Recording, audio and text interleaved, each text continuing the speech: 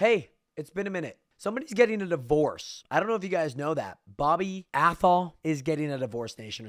This comes at a very interesting time in the life of 2024 because not only did Drake's meat get leaked on Twitter, but then literally hours later, Bobbi Althoff is apparently getting a divorce. Her husband is divorcing her. I don't know if those two coincide together, but what I do know is that we are going to be watching the fastest rise and fall in podcast history. This video is all about Bobbi Althoff. By the way, I don't know how to pronounce her name. I'm sure we're going to learn how to do it. Make sure to hit that subscribe button, and let's get into.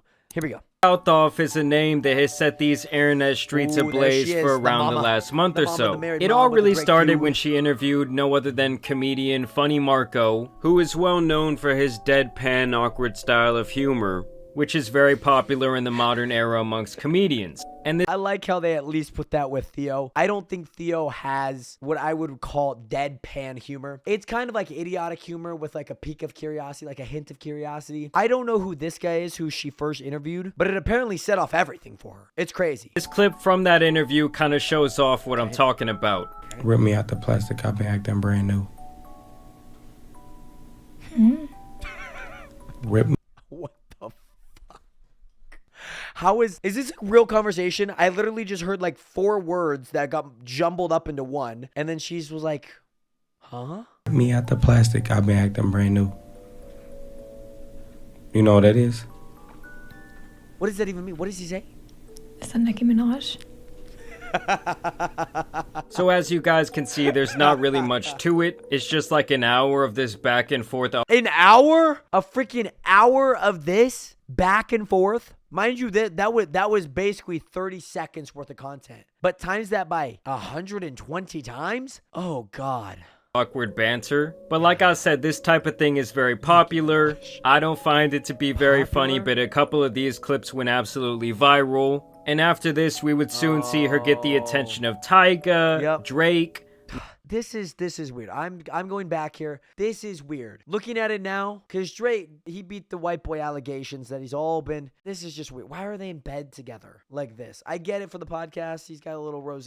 Lil Yachty, Mark Cuban. And all of a sudden in the court, hold on. Drake, Lil Yachty, Mark Cuban's just got his bare feet on the ground. Absolutely, what are they doing?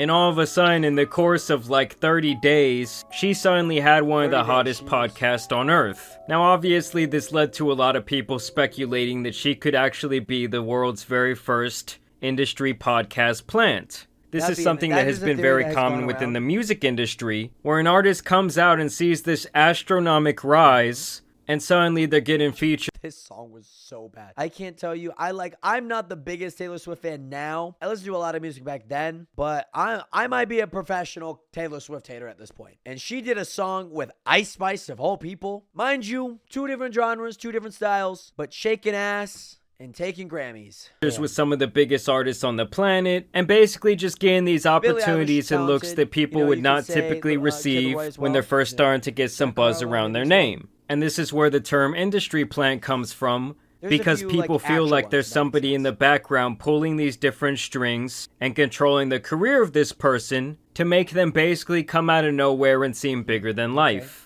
You see, this woman started out on the mommy TikTok side of things, making videos like this, 2 kids, by the way. Where, you know, she still kind of shows off her awkward... Is that a banana? Is she eating a raw banana? She's eating a raw banana. Skin, banana, everything. This is vile. Is this mommy TikTok or like disturbing mommy TikTok? It's almost like she's making fun of the moms at TikTok. And basically, I would say that she was kind of doing the same type of dry humor. Stop looking awkward. You look awkward. Yep. Smile. Just look entertained then. Like, play with your ring or something. Look entertained. Do anything. That is kind of me. I'm just like, if I'm not really entertained, I don't have social anxiety, but like if I'm not entertained, I'm just like...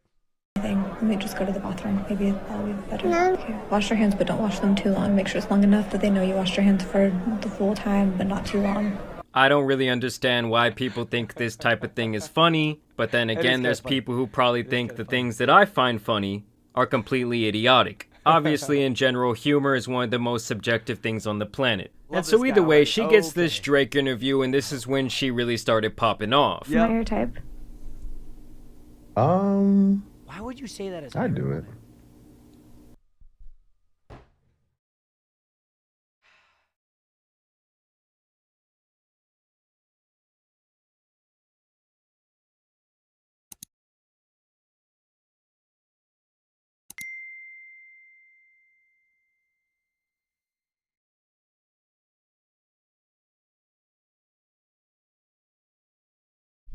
I didn't know it was like that, Drake. Thank you. She sounds Like, so yeah. discomfort. He said do it again. it. Do it. I asked, am I your type? And you said I do it.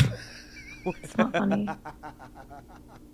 And so it's basically By the way, if you guys ever see any of those little flashing, I have an ad blocker. I'm so sorry, YouTube. just an hour of this awkward situation. So it's and another obviously hour of this this, is where which the is- industry plant speculation began, as people wondered, how is this girl who's only on her second podcast episode ever get Drake as a guest? We know by now that Drake does not like to do interviews. Any statement that comes out from him at this point is very controlled. When it comes to these type of things, he gets the final edit. They're filming on his cameras, he has the memory cards, and basically he just has a stranglehold over the content. I guess what I'm trying to say is this man would not just do an interview with anyone, and so for him to choose her of all people to do this interview with, people found that to be very fishy. You know, it'd be one thing if she would... Okay. I have insider knowledge. Okay, I'm just saying that as a thing. But no, there's like an actual real thing. I believe she got signed to like a big agency, I think after the first podcast, because there was like a few clips going around. They struck the Tyga deal.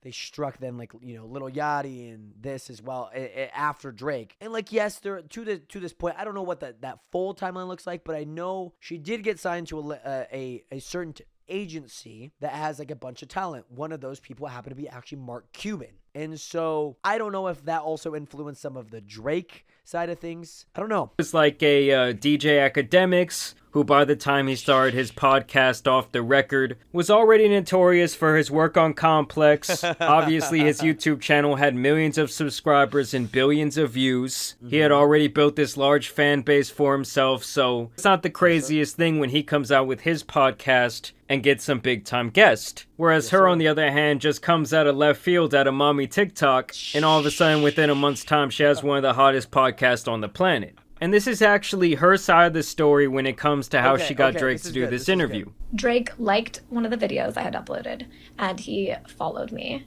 I didn't realize it at first. Marco called me, and he was like, Bobbi, look who just followed you. So I filtered it to verified only people, and I was like, oh my god, like why would he follow me? He's like, he liked the video, and I was like, okay, I'm gonna shoot my shot to Drake. I don't know how this... I thought the chance of him replying was like a 1%, and the chance of him saying yes was like 0.000. I was like, there's no way. She's not wrong. There's like no way that... I mean, shoot your shot. No matter what, like you asked, and that's okay. That's how I think how I would view something like that, especially with the realest podcast on the internet. The one thing is she sounds so different, like when she's actually getting interviewed to when she's doing the interviewing.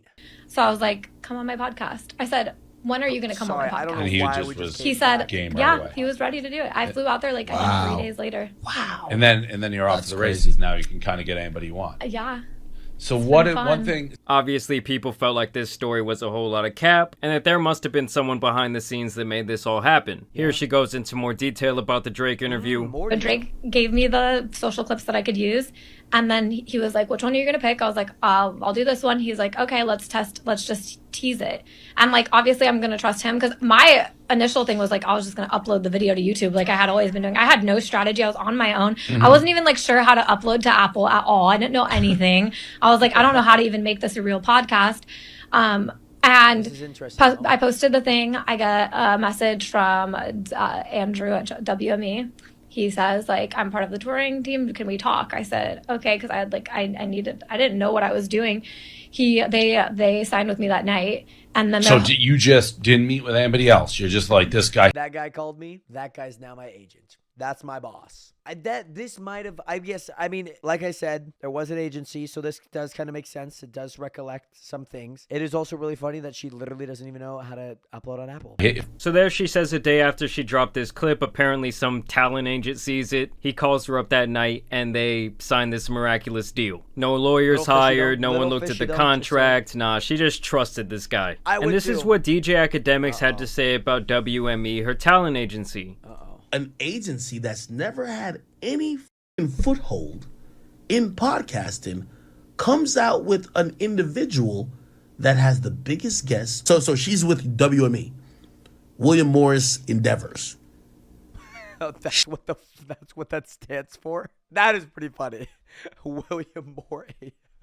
She goes out 8 podcasts later. She's like one of the biggest podcasters now. I mean, it's the rise and fall. Guess the irony. Everybody, including her big guests, including the biggest guest, Drake, guess who they're signed to? WME. WME. This is where favors get set up. I'm pretty sure somebody at WME started help pulling the strings to set all this in motion. So that's how DJ Academics feels. He's obviously very connected within the industry and has a very good understanding of the back end when it comes to all things entertainment, in both the traditional sense and in this online era. Would you date someone that looks like me? Why stop saying that, Bobbi. Bobbi, for the love of God, stop asking. If people are going to date somebody that looks like you, you are a married woman that is now going through a divorce. Please stop. I mean, I guess maybe this is okay now. I don't know. Because there's just a person. What does that mean? Like, looks exactly like me. They have a twin. What? Maybe. If I had a twin, would you date them? If she was like cool and like, you know. No, she's exactly like me. If I like connected with her, you know. She's exactly like me. I don't know like how you are though. I've never really been around you, so you know. Yeah, I'm exactly like this. All the time. All the time. This is so painful. Is it kind of strange to anyone else that this woman who is married with children is constantly asking during these interviews with these rappers if basically they would go out with her, basically they would sleep with her if they like her? Let me take your plane with me to New York. Someday. Do you want to see me on Spirit Airlines? Does Does Mark Cuban have a wife? Mark Cuban wife. Mark, what are we doing here? What are we doing? Tiffany Stewart. I didn't even know we had a wife. I knew we had kids. Can't be doing that. And just a kind of unrelated side note from that interview, Mark Cuban, why are your feet so fucking dirty? You were so goddamn rich that you could pay someone a very nice salary to wash your feet. Now, you might get some freaks within the application process, but I'm sure you could hire someone else to vet out all the freaks. As a matter of fact, your feet should never be this dirty. My feet have never looked like this in my entire life. Like, if you're watching this video right now, I want you to look down on your foot. If it looks anything like this... How am I supposed to look down? Oh, okay. I was going to say, how are you supposed to stand there and look down at the bottom of your foot when you're standing there? But then I realized you could just lift up your foot. Like, if it resembles a fucking bruised banana, you need to reevaluate your life choices. Either way, guys, the drama really started when she did this interview next with Lil Yachty. Yep. Why are your teeth so white? Are they real? You grew them yourself. I pay for myself. Do you have veneers? I do have veneers. That's why they're so white. You're pretty smart. How much? 90,000. Damn. $90,000? Mm-hmm. Damn. I think they were worth it. Because I want a Young Thug. Aren't veneers like super, like, don't they have to like grind your teeth down and then place like your teeth look super effed? We gotta look into this. Veneers? Teeth? Yeah, isn't this what they do? This is what they do. They grind your teeth down and then they put a certain shade of white. That's what they do. I'm pretty sure. I've seen all these photos. I don't like that. Dentist. He had the best veneers Who's I've ever that? seen. Who? Young Thug. Who's that? So she's profiting off this urban culture. She don't even know who Young Thug is. This obviously rubs some people the wrong way. But the drama didn't start until she made this comment about the Lil Yachty interview. Because he was awkward. I walked into his house. He didn't even like say hi to me. So then I was like, said, let's go to the bathroom. So then we go to the bathroom and then we like get out. And then he's like, he's just sitting there with like his 2 assistants and he's not even acknowledging that I'm like in the room. And my camera guy's like setting up. I'm just sitting there like, Skin on crawling. my phone, like I'm like trying, and then he comes up, he's like, oh hi, gives me like a half hug, and I'm just like hi, then goes back to his spot, and I'm like, dude, I don't even want to do this. I'm texting my friend like, Ashley, I need to leave, this is so awkward, I don't know who Young Thug is. like, what am I doing here?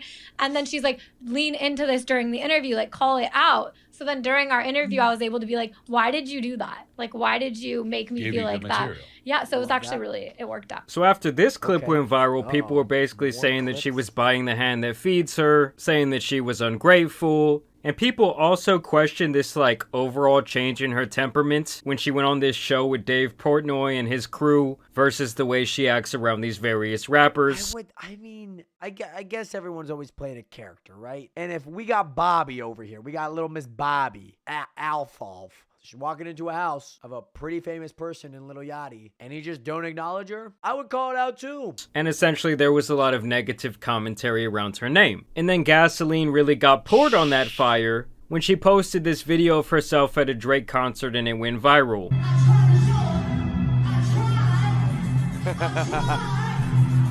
Well, didn't she take down the Drake podcast too? I mean, I won't lie to you guys. This video actually made me like her a little bit more. I love how Drake's in the background. I tried.